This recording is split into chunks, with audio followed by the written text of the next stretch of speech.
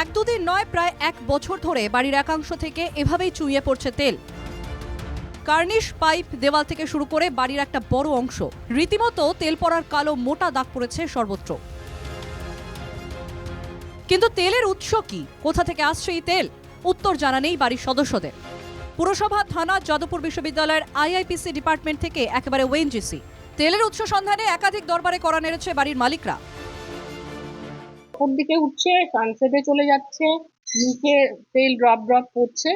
এবার ব্যাপারটা যে কি হচ্ছে কিছুই বুঝতে পারছি না। আমি জানিয়েছি আমার এখানে নরেন্দ্রপুর থানা, মিউনিসিপ্যালিটি, যাদবপুরে কেমিক্যাল ডিপার্টমেন্ট, আইআইপিসি ডিপার্টমেন্টকে চিঠি দিয়েছি।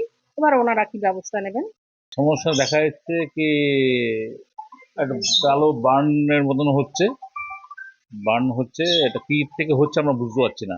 কালকে মিউনিসিপ্যালিটির লোক এসেছিল, তারাও দেখে গেছে, তারাও দেখে গিয়ে বলেছে দেখে আমরা লোক পাঠাবো যাদবপুর থেকে, এটুকুনি বললো। এদিন রাজপুর সোনারপুর পুরসভার একটি প্রতিনিধি দল যায় বাড়িটিতে। বিষয়টি সরেজমিনে খতিয়ে দেখেন তারা। যাদবপুর বিশ্ববিদ্যালয়ের একটি প্রতিনিধি দলও বাড়িতে আসার কথা। ডিপার্টমেন্টে আমরা পাঠিয়েছি, বড় একটা খবরটা দিয়েছিলাম। তা ওরা বলেছেন আগামী মঙ্গলবার আসবেন সেটা দেখার জন্য। আমরা আশা করবো বিষয়টাকে আমরা সমাধান করতে পারবো। পুরসভার সদস্যদের দাবি, যে তেল বের হচ্ছে প্রাথমিকভাবে মনে হচ্ছে তার দাহ্য নয়, তবে তেলের নমুনা পরীক্ষার পরেই মিলবে উত্তর।